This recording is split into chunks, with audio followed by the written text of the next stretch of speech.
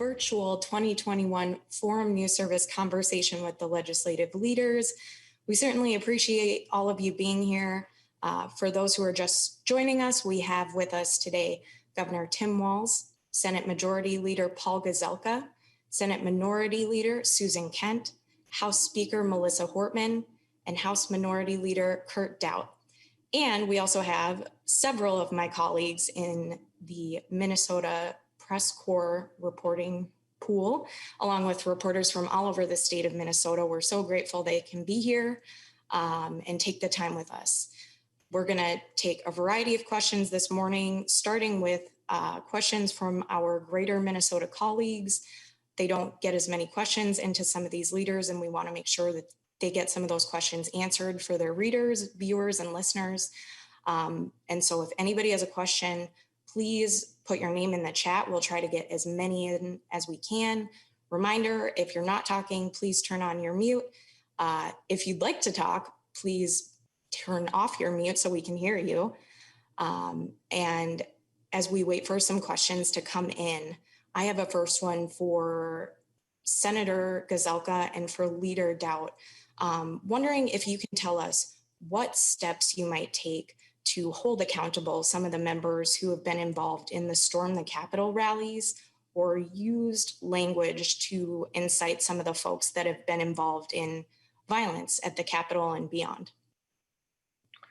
Well, none of my members were there, but I think any peaceful protest we should allow. If there's rhetoric that threatens violence in any way, it should be condemned. And frankly, I don't care whether it's a city council member or a president or a lieutenant governor or a governor or a legislator, anybody that isn't condemning the violence that we had throughout the summer, month after month, destruction of public properties, tearing down of statues, ruining precincts, or the federal Capitol, any of that, all of us should say is un-American, period. And if we can do that, if we're all the people that I would say recognize how valuable and precious our country is in following the laws and being a country that governs under laws, we have to remind everyone, watch the rhetoric, and all of us condemn every single one of them, not just one side. I'm amazed at how one side will see nothing but flaws in the other one and see nothing wrong with what happened on their side. I don't care what side you're looking at. And so that's where I'm at. But I don't think any of my folks were there that I'm aware of. Leader Daudt. Yeah, thank you. I appreciate the question. You know, obviously, this country, is founded on basic rights. And one of those rights is the right to peacefully protest. And I think we have to protect that right and make sure that people always have the opportunity to do that. But I also think we have to speak out against violence, against rioting, against looting by whoever does that. And the protest that was here at the Minnesota Capitol apparently was 100% peaceful. I think, I don't know if it was organized by the same people that organized the one in DC or what the connection was, but a few members went to that. They certainly had some concerns about election results and wanted to participate in that. There was nothing here that happened that was violent or, as far as I know, even incited any violence. But we as a party have spoken out strongly against what happened in DC. We will continue to do that. That is absolutely unacceptable. And we need to join in having that conversation together. But we also need to protect people's right to peacefully protest, and not just in Washington, D.C. or here in St. Paul, but earlier in the summer in Minneapolis, those that were peacefully protesting, we need to protect their right to do that. And we need to listen and listen to people on the other side of the aisle or who we may not agree with and understand why do they feel so passionate that they would want to gather together and protest, whether that's pray or, whatever they're doing, as long as it's peaceful, we need to support that and encourage that sort of behavior. And most importantly, we need to listen to those people. And we can't be, we can't just listen to one side or the other. That's part of the problem with why we're so divided in this country, is we only listen to the people we agree with, and we tend to dismiss the people we don't agree with. And that's wrong. So I listened all summer long while there was rioting and protesting here in Minneapolis. I hope that we as leaders can come up with public policy to make this state feel like it's more inclusive, and that everybody has the same opportunities and rights, and everybody feels protected. And those who don't, we need to listen to them because that's important. And likewise, it's important to listen to anybody who was peacefully protesting over the weekend and try to understand why they were doing that. There were individuals at that rally who threatened state leaders and judges. Is it appropriate for candidates, for legislators, for other people to be making comments like that? Does there need to be additional investigation into members who were there and who were encouraging that kind of comment? First of all, we don't know if any members who were there were encouraging those sorts of comments. I'm not aware of those comments. I'd be certainly interested to hear what they were. But if somebody was making a threat, that's illegal. It needs to be investigated. Those people need to be prosecuted, and they need to be held accountable for that. That's unacceptable in a democracy. And that goes beyond peaceful protest. While we need to speak out very strongly against violence, against anything like that, we also need to protect the right to peacefully protest. And you can't have it both ways. If the peaceful protests over the summer were okay, the peaceful protests now are okay. If the violence now is wrong, the violence over the summer was wrong.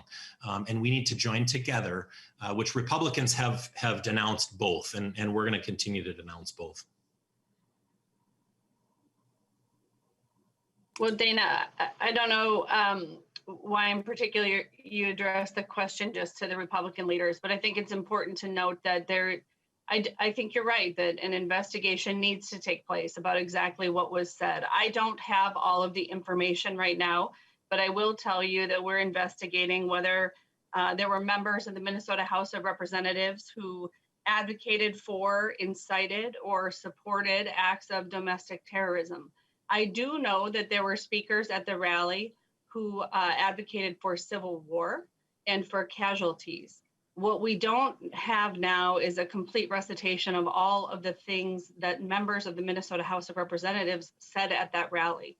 It's quite a different thing to ask your country to live up to its potential than to advocate for the overthrow of the legal systems in your country. And so we will be taking a very close look at what the members who were at those rallies said it did and what was going on in DC. We absolutely have a right for freedom of speech, but that stops at incitement to domestic terrorism. Yeah, and we should, and this goes both directions, and we are condemning all acts of violence, and if there is rhetoric that is inciting people to do damage, there's a candidate who's now a House member multiple times, having said things, it concerns me. It concerns me on both sides when people take this to extremes. And my hope is that the leaders will begin to set an example about how we together condemn all acts of violence, all rhetoric, that we don't make excuses for anyone because of any reason. And I think Minority Leader Daudt, when he talked about it, I think it's really important that we listen to each one of these groups. Why are they doing what they're doing?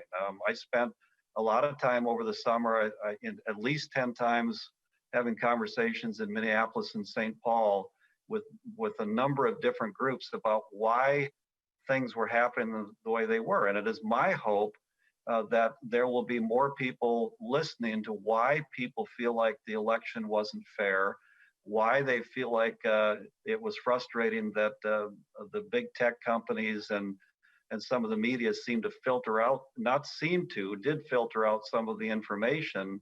And so it doesn't feel like many even when polled, that it was a fair election. So I think listening right now is really important, but I also think leadership, that means all of us, all the leaders on this call, that we figure out how we're united against things that are clearly un-American and try to navigate away from making this a political thing, but recognizing that, frankly, there is deep unrest to the left and to the right that we need to figure out. I want to weigh in on this too, if I might. I agree that fundamentally there's a difference between, as we've discussed, peaceful protesting and a right to free speech, but we also know that there are well-recognized limits on that speech when it comes to inciting violence and terrorism.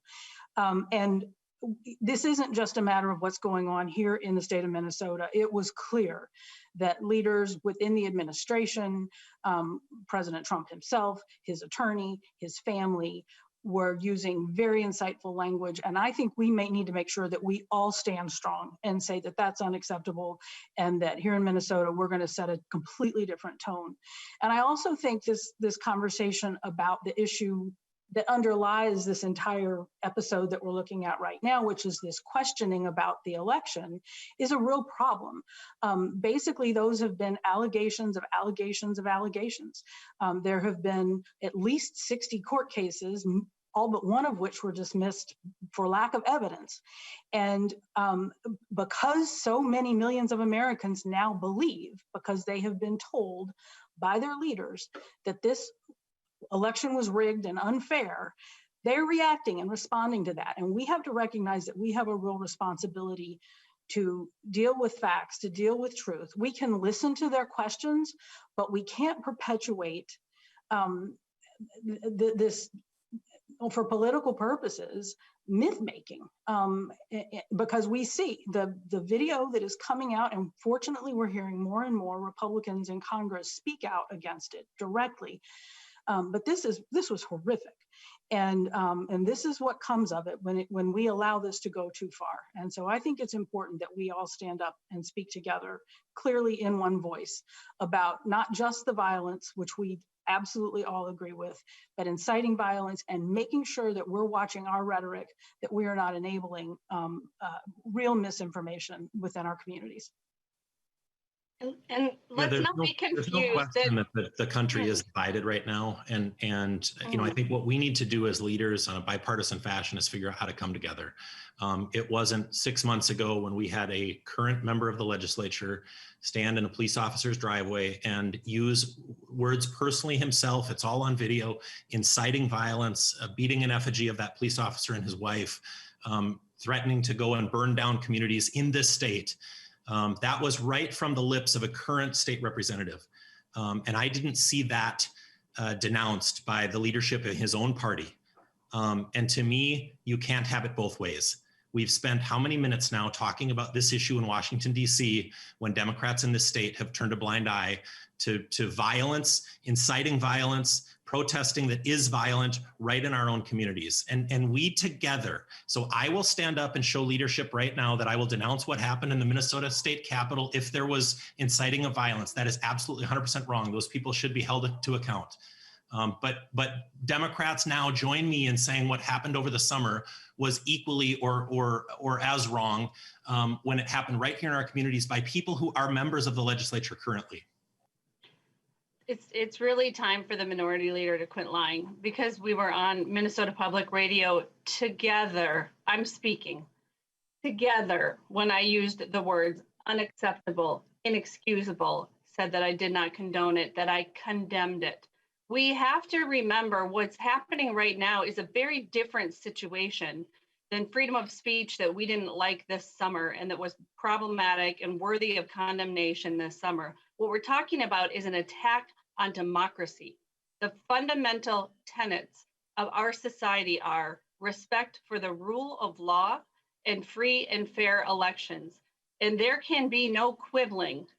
There can be no equivocation that it is at all correct for anybody to turn to violence as a solution to the result of an election that they don't believe in. We have a situation where we have members of the Minnesota House of Representatives who gathered at a gathering called Storm the Capitol while the United States Capitol was under assault. So you can bet we will fully investigate and find out exactly what was said and done and whether any of that was worthy of prosecution, as happened this summer. Law enforcement authorities thoroughly examined every statement that was made to determine whether any of the statements crossed the line from free speech into unlawful expressions.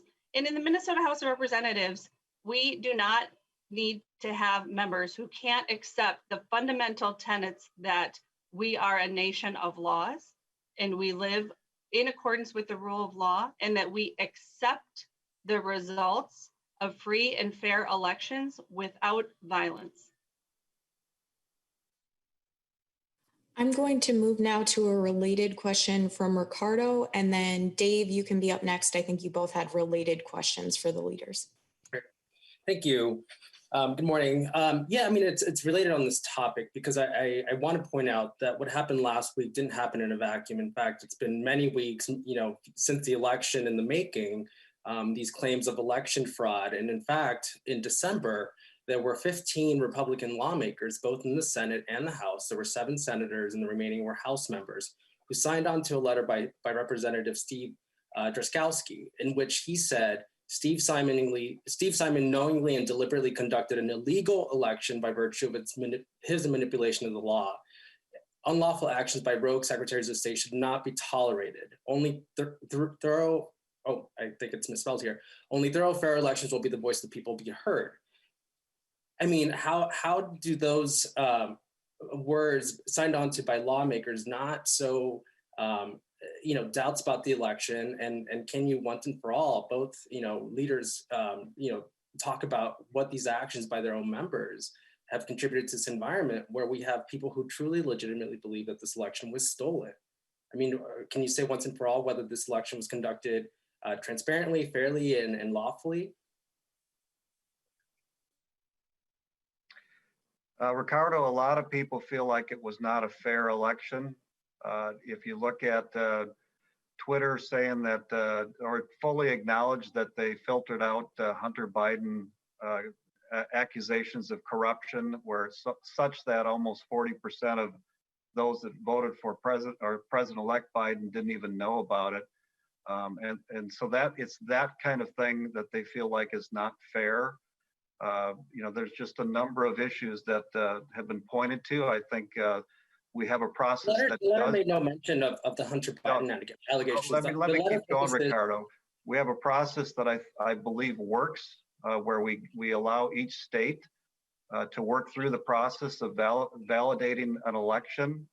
And then we have the Electoral College that casts the votes, and that worked. Each state had the right to present the electors that they approved, and then you had the vice president certify that or allow that to go forth. I think the process worked, but just like 4 years ago when Clinton and many folks that supported her felt like the election was stolen from her here, now you have on the other side the same issue from the other side. And anytime you have a very, very, very close election, you're going to have a lot of frustration.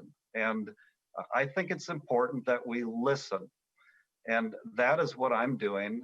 And at the same time, I'm not defending bad behavior from anyone, from the president, but we've also mentioned all the other ones that I think have had bad behavior. A sitting member of our state house right now, and a whole bunch of other people that have either said things or not said things when they should have stood up. And so we've got to figure this out. I'm committed on my part. It is not just one side, though. If I hear that it's only one side, I'm going to stand up and point out all of the violence and lawlessness through months and months. And then we have this terrible day at our national capital that we have to stand up against. It's not okay. It is serious, and it grieves my heart, the whole thing. But we've got to figure out if we're not standing together. If this becomes nothing but a political circus, I'll be really disappointed, but I know that it has that potential.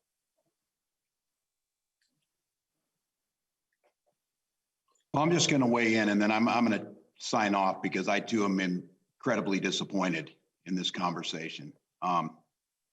We saw the most horrific and darkest days in our nation unfold. And let's not kid ourselves that the connections go certainly through the summer and the killing of George Floyd, certainly the rhetoric that has been used.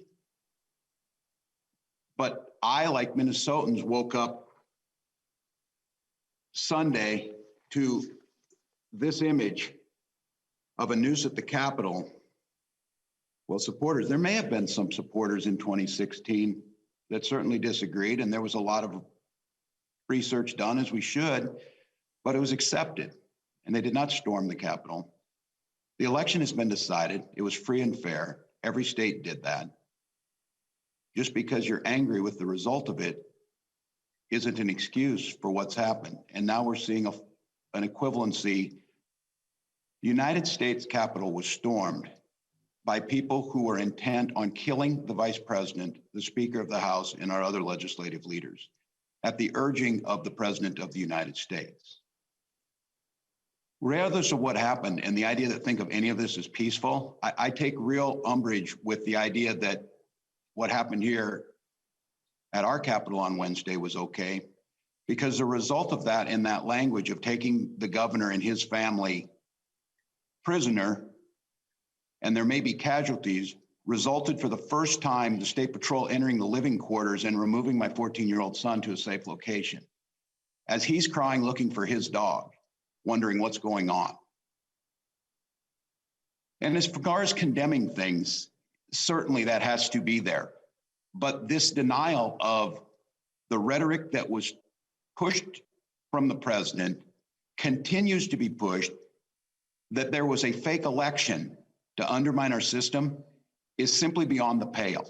And I will take responsibilities, as I have from the beginning of being governor, when situations arise, condemning it and asking for accountability. And the idea of trying to pit us against one another and saying, talking to people, Senator, you didn't need to come to Minneapolis, St. Paul to find out what happened during that time. There were folks from Brainerd that were there. This is all of Minnesota. This is what we've been talking about, of quit trying to divide us. Quit trying to divide us as a nation. And all of the talk about finding the common ground, how do we find common ground when we have people that will not say the election was fair? How do we find common ground when basic medical facts are disregarded? How do we find ground when the leadership continues to perpetrate these falsehoods? And we do have work to do. We do have work to do about racial relations. It is never acceptable. But an equivalency of a coup on the United States government, I've not heard the word. President Trump fomented sedition. It would help to hear that. Were there people in Minneapolis that illegally looted and burned? Absolutely. That's why we have brought them to justice. But it doesn't change the fact of why were those people on the streets in Minneapolis versus why were those people in the Capitol building. And I just want to make note of this. The death of a Capitol police officer, many of whom are still my friends, the undermining of the sense of security in our nation. We have members here in Minnesota who are afraid to come to work because they are afraid of the threats that they're receiving or at their homes. We have members marching on their homes. And we have work to do around education, around the environment, around the budget. But I did not expect this conversation to veer into a condemnation of a House candidate that was roundly criticized,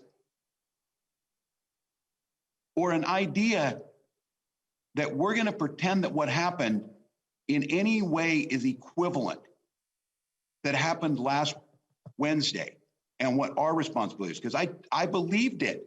I believed that this was going to be the state where we came together and tackled these issues. I believed it, that we could find this common ground. I do not stand here in self-righteousness and say that there have not been folks of all political spectrums to do this, but that is a false equivalency to end the conversation we're having right now. Before the end of this week, this president will be impeached or will be removed. I am going to get on a call here very shortly with Vice President Pence, whose life was threatened in the chambers of the United States Capitol. The sense of shame, of disbelief, of horror that was witnessed by our people. Now all of a sudden we're going to say, well, both sides do this, but you know, these people are angry because this election was rigged. Election was not rigged. The election was carried out. I've lived through elections where my side lost, and I did not do this. And I, for 4 years, respectfully spoke to President Trump as the president of the United States. And we have a situation now where I can't get folks to even acknowledge that.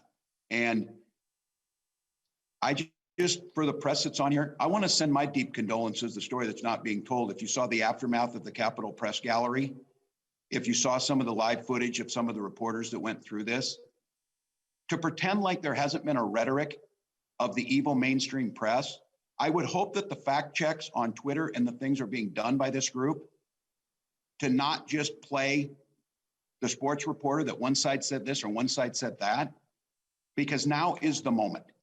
Now is the moment. It is not over. We have 9 days and it will not be over after that. But here in Minnesota, if we can't agree on some basic facts, if we can't agree to come back together and figure out how to piece that, I don't know. I thought this was going to be a healing moment. It's why I look forward to coming on here. I have continued to try and find where that common ground is, but I'm candidly with you. How do we talk about reaching a compromise on a budget when we can't agree that our elections are fair? Apparently they were fair in each of the members who are on here's district. Apparently they were fair in other areas, but they mysteriously are not fair here. And we're not talking about other states. We're talking about people questioning the elections in the state of Minnesota and undermining this. I don't know how hard it is to unequivocally say this election is over and here's where we go. Any type of assault on our democracy. So I will let the rest of the questions go. Governor, we yeah. have at least 2 direct questions for you before you might need to leave. Sure. The first from Brian Baxt, wondering if you can talk a little bit more about the letter you sent to leaders last week regarding the potential rollback of executive authority. And then another coming from Mary LaHammer after that, if you're able to stay on. And we'd like the leaders to respond to some of those things too, if they're able. This is another place where the administration in DC has made it politically impossible for some folks to simply acknowledge there's certain things you need to do in a health pandemic. And we could fix that. And it's easier to say the governor's using unchecked powers. It's important to say, this is what this means. This is a moratorium on eviction moratorium. This is a relaxing of some of our state licensing standards. This is a masking mandate. And I would remind folks again, that is something that's put out by the CDC and it's put out by the medical institutions. And I think sending that out there, I want the legislature to take these responsibilities. I want the legislature to do some of these things. But as I've said before, I have a responsibility to not allow behaviors like members gathering in unmasked closed spaces to spread the virus to go. So I thought that would be a good overture, a good start. Let the people of Minnesota understand that you saw the story that was done today. Every governor is dealing with this exact same thing. As of this morning, the state of Minnesota bars and restaurants are more open than the state of North Dakota. And so I just want there to be some clarification around that. So that was the purpose of sending the letter. Perhaps the leader to respond. Governor, if you could give us a sense, how much time do you have? You know, I guess it'll depend on where we go from here. I think there has to be this question that I thought was closer to being solved about uniting around condemnations of the coup attempt against our government, and then some desires of where we could go, talking about security of members, some of those things. I'll take another question from you, then I think we probably need to rethink how we're going to come back together. I am hugely disappointed, just to say the least. I have a few questions for you if you're willing to take them, and then we'll turn to legislative leaders for a response on some of these. The first comes from Mary, and then we're going to have Trey. Okay, if I can jump in, Governor, before you go, because I think this is under your purview, the security of the state capitol and the January 6th rally at the state capitol and protests there. And it's been noted, yes, they were peaceful. A number of people are open carrying and, long guns out along with state troopers, and it seemed to be a good presence. What about that balance of folks who can come to the Capitol Mall, open carrying as well, and that balance of state security? And do we feel like our state capitol truly is safe and what happened in DC could not happen here? Well, my direct responsibility, because we don't have a police force, if you will, we have the state patrol. And my two areas of responsibility are the state capitol, the residents, and the state buildings to the best of our ability on the Capitol complex. And the answer is yes, we put things in place. We were aggressive around that back in May. And so I certainly think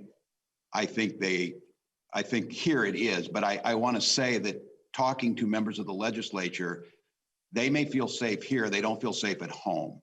This idea of taking that, and I want to be clear, I get it, and I'm not going to get into a debate here on this, but let's just understand what open carry is about. All of us have had this. Maybe your neighbor's trees are over on your yard. So you go over and knock on the door and say, Gary, you think you could trim your trees down? I'm having this issue. Your black walnut things are in my yard or whatever. We've all done these things. It's a lot different. I go to Gary's house carrying a rifle and tell him his trees are in there. And we all know why they open carry for that. It's about intimidation, whether you can or not. Heck, you can carry a chainsaw, but I wouldn't take one into McDonald's. Those are things that I think has to have a conversation about, but no one's going to say that.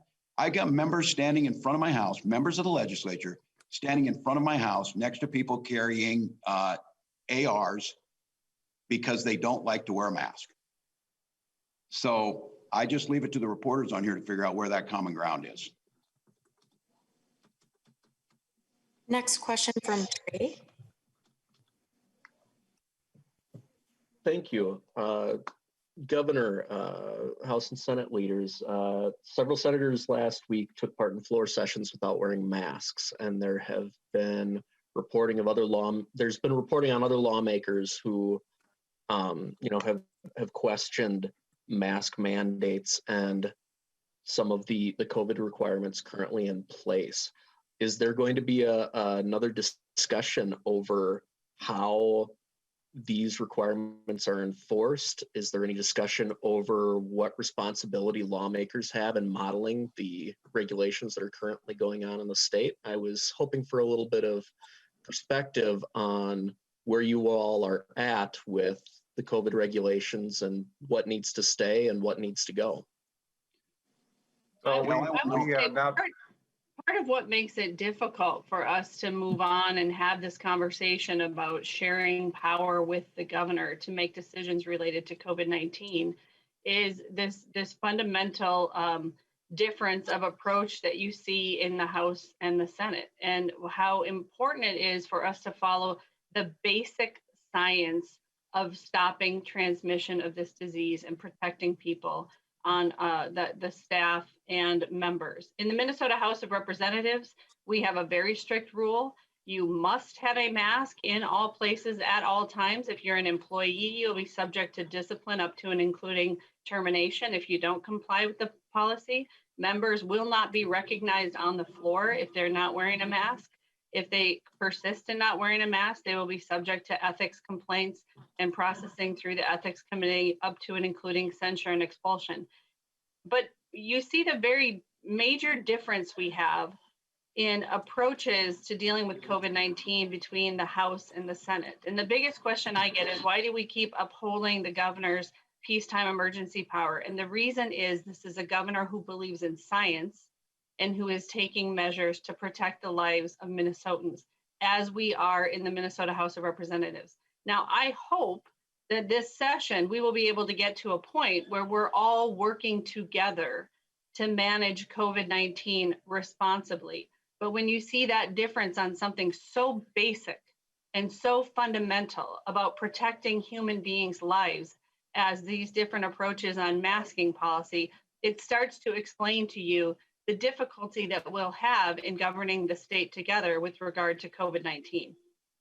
So we believe in using the science and data as well. We just feel like there are times that the governor has misinterpreted it and gone in a direction that was not helpful. And then secondarily, in the Senate, we strongly encourage people to use the mask, which most people do. We practice social distancing. We wash our hands, cover our cough. If you're sick, you stay at home. And we give people the ability to be there or not be there through Zoom. And so we have not, that I'm aware of, had one infection as a result of how we handle the procedures in the Senate. But we struggle at times with where the governor wants to go, because it's this mandating of things, mandating the masks, shutting down businesses, keeping kids out of school. And we just don't think that has been the right approach. But there are so many things right now that we have to figure out how to lower the tone. I mean, the jabbing and then say, well, let's work together doesn't work real well. I can acknowledge both sides may have something that works, and we can, if we're working together, we can actually come to some really good conclusions. But the difference between strongly recommending people wear a mask and mandating a mask, frankly, most people are wearing the masks. And if you look in other states that have been less restrictive than Minnesota, the mortality rates have been lower in places like Colorado and Wisconsin with populations bigger than ours. So we're going to follow the data and science as well, but there are times that we're going to come to different conclusions. In the very beginning, when the governor made a choice to shelter at home everybody, I had suggested that we just shelter at home seniors, and we didn't know, but the data was there to say that would have produced the same result. So using the data is important, following the science is important, but you know that you can come to different decisions based on following that. Even Dr. Osterloh has come to different conclusions 2 or 3 times through this pandemic, where he believes one thing following science and then changes that later, and that's okay. But figure out how to lower the tone as we're working together is a really good idea right now.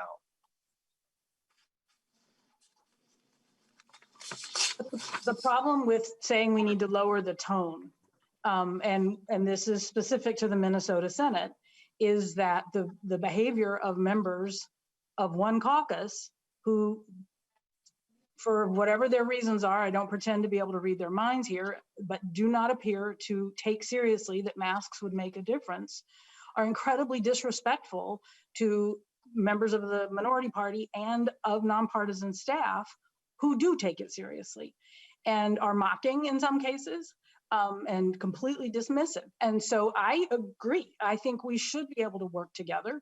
I hope we can continue to have conversations. I appreciate that Senator Gazelka and I are working together, setting up a working group involving a bunch of people so that we can ask these questions. But it matters. It absolutely matters in our ability to work together on these issues when it is clear that one group of people simply doesn't take it seriously, as manifest through their behavior and the way they treat other people in the Senate. How we can have the kind of trust we need in order to get to these resolutions. I think one thing we could do is not just kind of bunch everybody into a, my caucus has been very actively wearing their masks, and including when we speak. I do it, even though the governor doesn't wear a mask when he speaks at a press conference, and I don't think he necessarily should, as long as the social distancing. Please don't take that as a criticism. I just meant that, my caucus is actually going above and beyond to follow those rules. And we do it because we have respect for other people's safety. While I don't, and I'm not concerned about myself with COVID, I'm not in a high risk category. I still owe it to my colleagues to make sure that I'm respecting if they may have somebody, and they may have somebody at home that I don't even know about who's a high risk person. So that's why we do it. And I frankly have told all of my members, if you're going to be on the floor, you're going to have a mask on. You're going to have a mask on when you're speaking on the floor. I'd like to see us ease those rules so you could remove your mask just when you're speaking. I don't think I realized how hard of hearing I am and how much I rely on seeing people's lips, but I have a tough time hearing people when they're speaking on the House floor if they've got a mask on, and I can't see their lips moving. So maybe other people have that problem too. But one thing that I think we can do is just not make blanket assumptions about people on the other side. If we're really serious about being leaders and coming together, I think we need to assume the best of each other and not the worst. It comes across as politicizing an issue, and I hope that's not the case. But I think we really need to do a better job of just not assuming the worst about each other. I'd like to move to the next question from Kevin, followed by a question from Dave. Senator Gazelka, I'm a little confused at the statement you just made a moment ago that Senate policy has not resulted in any infections. It seemed that 4 infections resulted from potentially a caucus meeting and then a party at which people were apparently not wearing masks. Clearly, I wasn't there, so I can't speak to that. But is that really true what you said? Did Senate policies truly not result in any infections, and in fact, perhaps even one death?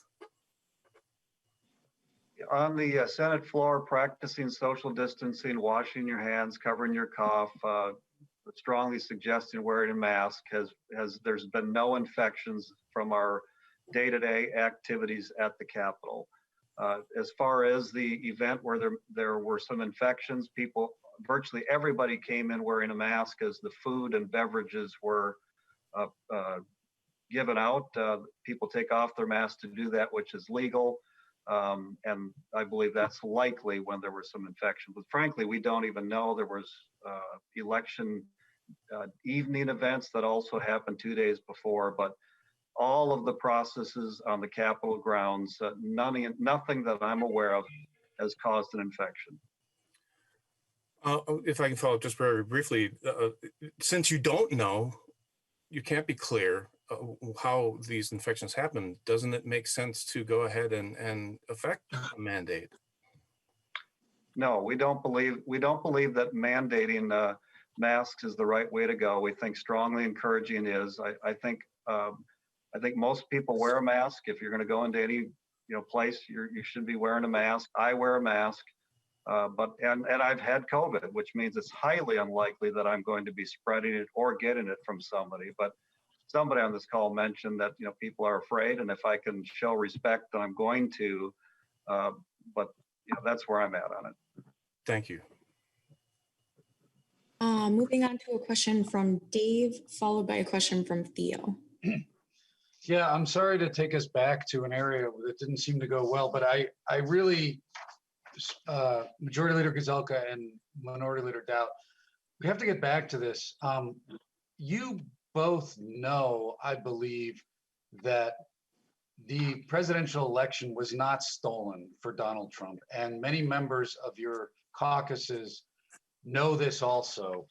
You just have yet to say so publicly, and I'm wondering, given the recent events, and given how many of your supporters believe this falsehood, will you now acknowledge that it's false, that Joe Biden is not just the result of the Electoral College, but is the duly elected president? Well, if you recall, David, you asked me that last week, and I said Biden is going to be the duly elected president-elect, and that the process worked. I acknowledge that there were some things that I didn't feel like were fair, but I do think in Minnesota, for example, I do believe that Biden won in Minnesota. People don't like the process, but I do like the fact that each state controls the destiny of that state, and the whole process worked. And so you asked me last week, and the Electoral College voted in early December, and that settles the issue. The court. There's nothing wrong with asking questions and probing about why things happened the way they did. And that's the process we had. That's why things went before the courts. I think the courts looked at it and said, you have to show convincing proof, and they couldn't show that. So the process worked, and the transition of power worked. And I've been saying that as well. I think that's important. So I've been saying since the Electoral College voted that Biden is president-elect. And just to clarify, and that claims to the contrary are false. What do you mean? I mean that claims to the contrary. I mean, readers, supporters of you are emailing me this morning saying you guys still won't cover the fraud that this election was stolen. These are people who believe in what is essentially a lie. And I'm wondering if you'll call it out. I'm going to let you do your job, David. I have made the public statements. I put it on my Facebook right after December about 6th about what I think happened and that the process is in place to make sure there's a peaceful transition of power. You're going to have to do the digging. I want to chime in on this one as well. I had made statements weeks ago that Biden was the president-elect and that he was going to be the president. I don't think anybody's foolish actions, either here in St. Paul or in Washington, D.C., were going to change that. While I did speak out that people have a right to peacefully protest, what I want to talk about right now is how we move forward from here. We've heard a lot of talk about us coming together, and I think that's incumbent on us as leaders to try to figure out how to do that. And what that means is that we don't get to just decide if people are wrong and that they shouldn't, they shouldn't have the opinion that they have. What we need to do as leaders is recognize that there is a swath of our population that believes that the election maybe wasn't fair or that, the result wasn't, fair. What we need to do is instill confidence back into them that our system is fair. And that doesn't mean ignoring their concerns. It means listening to them and finding out why. I do know, and I think we have to take some action to put some things in place in our state to make sure that people do have confidence in our elections. And what I mean by that, I'm going to talk about just one instance in the state of Minnesota. Our Secretary of State came to an agreement with the legislature in committee. We passed that agreement into law on the House floor and on the Senate floor, and the governor signed it into law with the Secretary of State's agreement. The Secretary of State then went into court and agreed with somebody who sued him that was absolutely contrary to that agreement he made with us. Then all of a sudden there was nobody in court to defend our viewpoint. That thing got overturned, and now all of a sudden the courts were determining election law.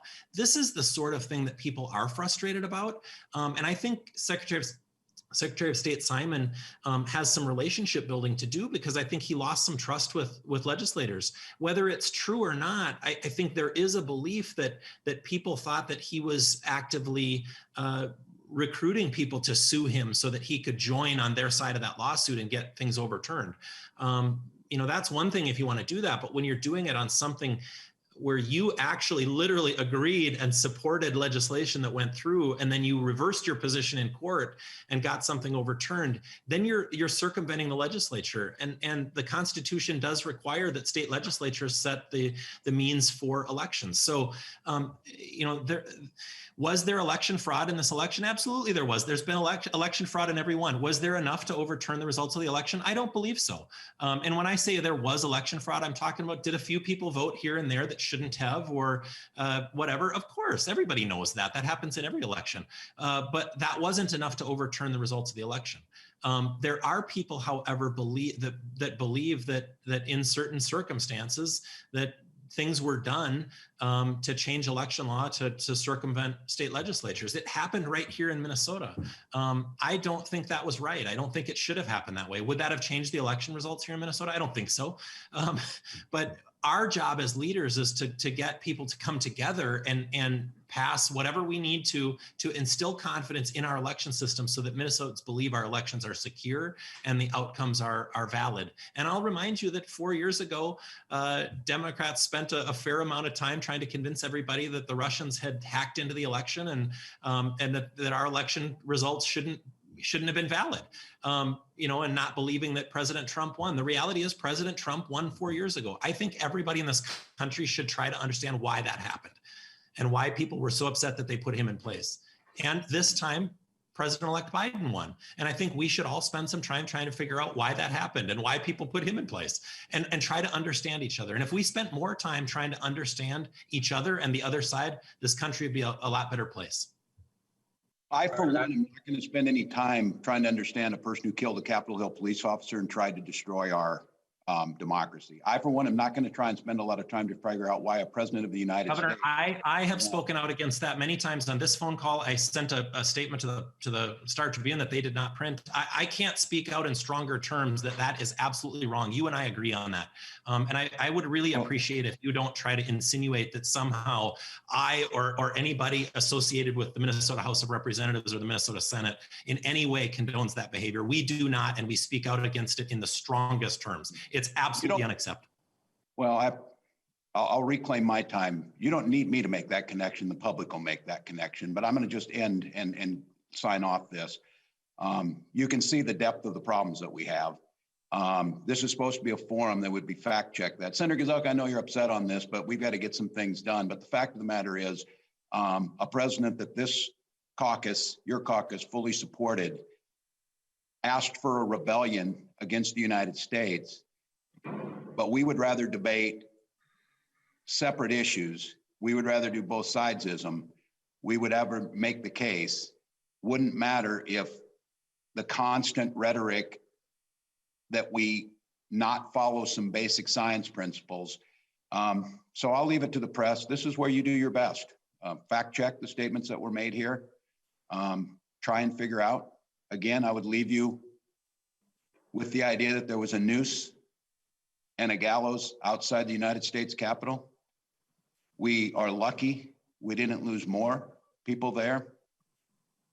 Trying to cater to understand to why people, we should understand why they think this election was flawed, is part of the reason that they were in that Capitol. And I refuse to partake in that straw man fight or what I consider to be some pretty epic gaslighting going on amongst all of us. The good news is, I never think it's a good idea to try and gaslight the press. So I'll let you decide from there and we'll go. So thank you.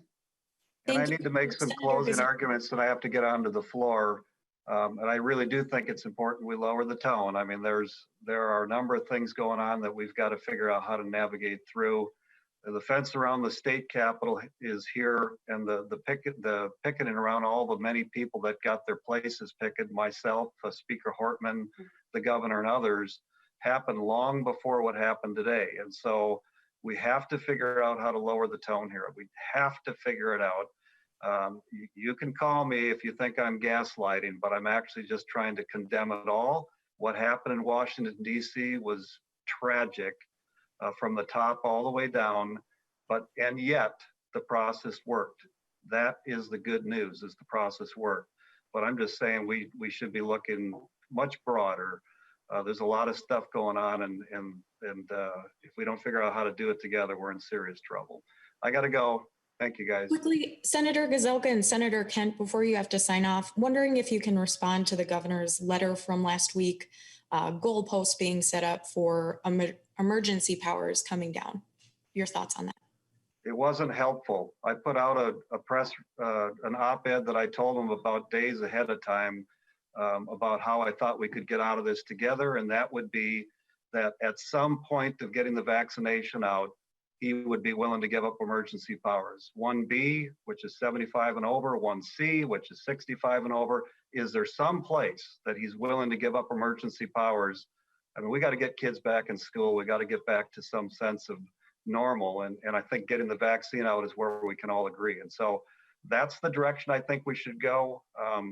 Putting out a list of things that he wants to get, that he won't give up. And so he's going to keep emergency powers, I think is unfortunate.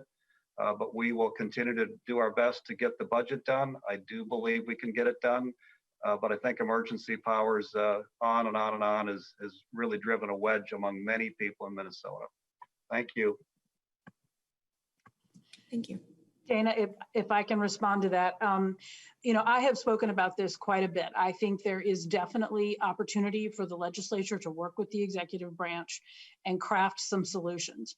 And I appreciate in principle what Majority Leader Gazelka is saying about the vaccine, but the reality is we're getting 65,000 doses a week right now, and it's going to take a very long time until we even get through 1B at that rate. So we're struggling with the reality of the production and the delivery of those injections, never mind getting them into people's arms. And so, how we approach this needs to be a conversation. I appreciate that the governor laid out some of his thoughts as a starting point for that discussion. I think it's unfortunate and I think this is another case where messaging is out there that is feeding an inaccurate understanding in the public. People just keep saying executive powers and without understanding all of the details and the levels that are included in the executive orders that have been put forward. And there's plenty of opportunity, and the Senate Republicans who run this place can pass any bill they want. If they want it to get passed through the House and then signed by the governor, they would do well to work with them. But to just sit there and keep complaining and arguing that we can't that we don't have a seat at the table just doesn't pass the smell test as far as I'm concerned, when they could pass anything that they think makes sense and get it through the system that we've all declared how much we believe in the Constitution today, the system that is established by our Constitution. Thank you, and sorry. Sure. If we're allowed to keep you on and keep Leader Daudt on for a couple more questions, we'd sure appreciate it. Sure, and I'd just like to briefly respond. Yeah, I'd like to briefly respond to the governor's letter. I mean, we're at a tough place when the Senate Majority Leader is taking umbrage at the governor communicating with him to try to start a conversation about how we can work together. Where we are going to be able to do some good work is on the topic of what is currently in the executive orders that is causing tension for people. The emergency powers themselves is a toolbox that we are unwilling to take away from the governor because we don't know what tools he's going to need. This pandemic, now we have the more deadly strain here in Minnesota. We don't know how facts are going to change and how he'll have to respond. When we look at some of the executive orders that are creating the tension and the problems, and if we start to try to work on those specific subject areas, that's where we're going to be able to make progress, whether it's the eviction moratorium or, we're going to have federal money coming from DC that we're going to have to get out in the form of rental assistance. So we'll be having conversations with each other about, are there some modifications that we could all reasonably agree and the governor would be willing to sign into law? So when we think about the governor's use of emergency powers under Chapter 12.31, it's not a light switch, it's a dial. And there's not just one thing. It's not either he has them or he doesn't. Let's use the legislative process, put together some really good proposals that address different areas like housing or vaccinations or education. Let's have the legislature prove that they are capable of bipartisan action to put plans together that are superior to what currently exists in an executive order. And I'm certain that the governor would be happy to sign those into law. That's where I think we're going to have fruitful conversations. And I do want to say in the House, I very much appreciate that Minority Leader Daudt has been very strong on the public health issue of the mask wearing. We're building common ground together. We are working towards a way where we can come to a solution together on the governor's Chapter 12 powers. Representative Gene Pawlowski will be leading the effort in the Minnesota House of Representatives. He's already working closely with Barb Haley. The Minority Leader Kurt Daudt and the Majority Leader Ryan Winkler have had conversations, and we expect to be having very serious, very bipartisan conversations as soon as we can get language that we can all take a look at, so we can hopefully kind of dial down the heat that comes from this conflict of the governor's emergency powers, get past that and start working on all the other things that we need to do together. Leader Daudt. Thank you. I'm not sure I even know what the question was, but I'm going to just comment on what I heard. And I very sincere apology. My computer lost internet connection and just went out completely. So it took me a few minutes to get back in. I wasn't trying to bail on you all. So I appreciate your indulgence in letting me get back on. On the emergency powers issue, I've been a very strong advocate that the legislature needs to be involved in the process. I think others have tried to paint that as that I don't care about safety or I don't think COVID's a real thing. That isn't the case at all.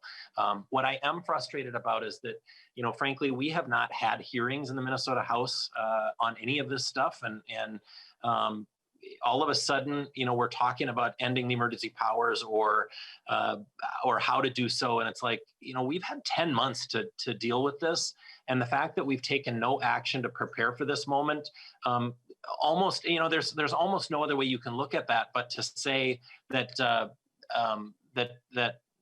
Democrats have been blocking to allow the governor to have his emergency powers, because really, it's up to us to rise up and show that we're capable and ready to take on some of this leadership. As far as the governor's letter itself, I just think it was tone deaf in the aspect that the legislature needs to act. The legislature needs to have hearings. The legislature needs to decide for itself what things need to be put in place. And we don't need to be offered an ultimatum from the governor about what those things should or shouldn't be. Those are decisions. That's the separation of powers between the executive branch and the legislative branch. And that's what my main concern is about all of this, is that the governor's been acting unilaterally without legislative consent on many, many things. Now, we did get the appropriation authority back just by way of statute. The fact that we're back now in session means that we now have the purse strings again. So the ways of the governor kind of going around us are not in effect now while we're in session. But we still do need to put something in place that allows the governor to act in a reasonable way and respond in a reasonable way, but also forces the legislature to have hearings and to be involved in the decision-making process. And that to me is returning to kind of what the Constitution, I think, has defined as a co-equal branch of government. I do want to say also, I'm a little disappointed, and I'm really trying to cut my rhetoric down because I sometimes can be a little aggressive. But the reality is our country is incredibly divided right now, and we need to kind of measure our words and we need to understand each other. I can't tell you how many times I've said that on this call, but we need to listen to each other. And I'm disappointed that our governor really isn't willing to listen to people who might think the election was not fair. I'm not saying it wasn't fair. I'm not saying I agree with them. I don't get to choose what people believe or they don't. It just like we had to listen to folks who were concerned that police were endangering their lives and not keeping them safe. And those are very valid concerns and things that we absolutely must listen to. We also need to realize that there's a certain percentage of our population that needs some confidence that our elections are fair and that they are secure. And so those are little small steps that we can take. And what I saw in the governor's words were that he doesn't even want to listen to people that disagree with him. And what the most important thing that we as leaders right now need to do is bring people together. And in order to bring people together, we need to listen to them. You're not going to bring anybody together if you refuse to listen and if you leave phone calls early or press calls early because you don't like the conversation. The reality is if I were to say there's a criticism that I have of this governor, and I don't mean this in a political sense. I mean it in a very productive, constructive sense that I want this governor to be better and I want him to be successful. But the reality is this governor, the one weakness that he has is he doesn't listen to enough people and he doesn't listen to differing viewpoints. And so I would very strongly recommend that if he really wants to be a uniting leader, that he listened to people that disagree with him and he tried to address their concerns by putting things in place that will restore confidence in our systems. And that's what we all have to do. And I'm going to pledge myself to do that. It has to be noted that on Wednesday, January 6, 2021, in Minnesota, on the Capitol grounds, at a rally called Storm the Capitol, the people called for casualties. And they were referring to the governor and his family, and his child was evacuated. So, I think we just have to be a little bit realistic about holding people accountable for the hate speech and not expecting the governor to ignore the fact that people are saying on the Capitol premises that there should be a civil war and there should be casualties. And by casualties, they mean him. So to ask him to turn around and, you know, turn the other cheek and like hug these people close and say, why is it that you don't think that we had a free and fair and legal election is completely unrealistic.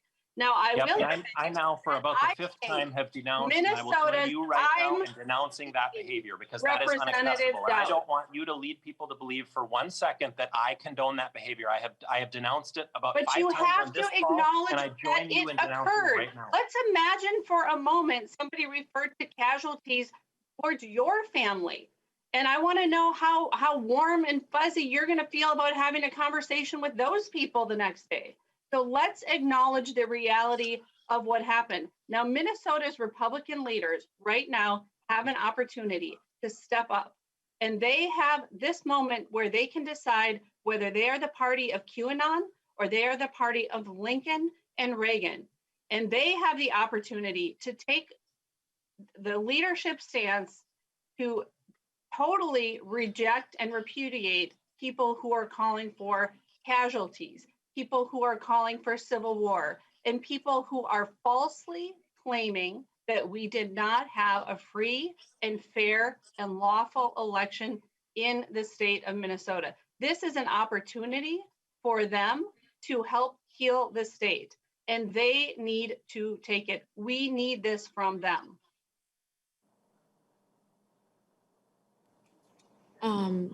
I'm going to move to a few more questions before we close out. Thank you both so much for staying on with us. We really appreciate it. We're going to go to Theo, Bill, Steve, and then Shannon, hoping we can keep it quick so we're not keeping these leaders too long. I know they're busy today. Thanks. I guess I'll just make sure, did the governor in fact leave the call? Governor, are you still on? No? Okay. That's all for me. Thanks. Bill, you go ahead. Yeah, my question is for the leaders who remain with us. Should the U.S. House impeach the president, and should the Senate convict him? I'm a lawyer, and generally speaking, my approach is that these things have to be very, very carefully considered. And I'm not a legal expert, but what I heard is an incitement to overthrow the government. And if, in fact, what the president of the United States was doing was inciting people to take the government, to overthrow the government by force, yeah, he's not fit to serve for a single additional second. Leader Daudt, I'm going to resist the bait to defend our president. There's nothing, I can't speak in any stronger terms that what happened at the U.S. Capitol, and I guess I'm just finding out on this phone call about the threats to the governor. The press that I know of hadn't reported that yet, so I hadn't seen any of that. But of course, I denounce any of that sort of behavior and conversation in the strongest possible terms. This is absolutely unacceptable. Just as it was unacceptable that John Thompson stood in the driveway of a police officer in the state of Minnesota while threatening violence, while talking about burning communities, while beating an effigy of him and his wife. And then Democrat leaders really either delayed to stand up and call that out, or in many cases, as the governor really never did. And the governor never did withdraw his support for John Thompson as a candidate for the state legislature. So I think there has been an incredible double standard on the part of the Democrats on those issues. But I want to be very clear that there will not be a double standard on the part of Republicans. We did not stand for that sort of behavior back during the summer when it was happening. All violence, all rioting, all looting, all threats of violence are unacceptable, regardless of where they come from. And I will not defend that in any way, shape, or form. Mr. Leader, the question is, did the president incite? And if he did, then is he no longer fit to serve for the remaining 9 days of his term? What's your answer to that, sir? you know, the U.S. House is going to have to answer those questions. I did not watch his comments during his speech. I saw little clips of it. I've seen numerous little clips of it. I don't know what's happened behind the scenes, whether he incited it or not. I'm not going to make that determination, and I'm certainly not going to defend him. Okay, thank you. A final question, if you have one, Steve. The speaker had to go. If you have a question of Leader Daudt, otherwise we're going to close it out today. I'll actually even go a step further and say, you know, that the president needed to come out sooner during those riots and denounce it and call people off. And I don't think that his words were strong enough or soon enough. Any other questions for me? Yeah, this is Steve Karnowski with AP. There have been calls by some groups that are upset about the outcome of the election for further actions at state capitals on January 16th and 17th. Are you aware of those? Are you worried about them? What do you think the response ought to be? I am not aware of any of that. I don't know about that. You know, Minnesota was not on the list of kind of closely contested states. I think there were even the ones where the Trump campaign was contesting the election results. Our results weren't close enough that they would have been overturned by some, you know, narrow ruling by a court. So, but, you know, I think we at the same time need to acknowledge that if there are people in our communities that we represent who don't have confidence in our elections, that we need to take action to make sure that they do. I gave the one example of Secretary Simon agreeing with the legislature, supporting legislation that went through, literally negotiating with us, coming to agreement, and then watching that legislation go through and get signed as he supported it, and then immediately going into court and agreeing with the other side against his agreement with us. He wasn't defending that agreement. He wasn't defending the legislation that had just passed. He wasn't defending statute or law. And frankly, you know, I think he you know, agreed with the other side, and that was overturned. So the courts determined what our election, how that was going to be run in the state of Minnesota. And I think Secretary of State Simon has some relationships to repair, because I think there's a lack of trust now with him and many legislators. And I think that's bipartisan, actually. If there are further actions at the Capitol, should Republican lawmakers take part in them? And, you know, probably not. But you know, each person and each member gets to decide what sort of protest they take part in. I know that Aisha Gomez was taking part in Antifa stuff over the summer, and you know, while I didn't agree with it, she certainly has a right to do that as long as it's not violent. I don't know if the things that she did crossed the line into violence or rioting, but I do know that she was photographed at those sorts of events. So I think we as elected leaders just all need to come together, take a collective deep breath, start to listen to both sides equally, and start to figure out what the right path forward is to instill the sort of confidence that people in this state are subject to fair and free elections, and that people in this state are subject to law enforcement that actually protects them and that they don't feel threatened by. And those are both things that I think everybody in the state can get behind. And that's a great note to probably end this. So I've got to move on to other things as well. And I think I'm the last leader left here. So You are. Thank you for being here. Yeah, no problem. Thanks, everybody. Do appreciate everything that you all do. Thank you. Great.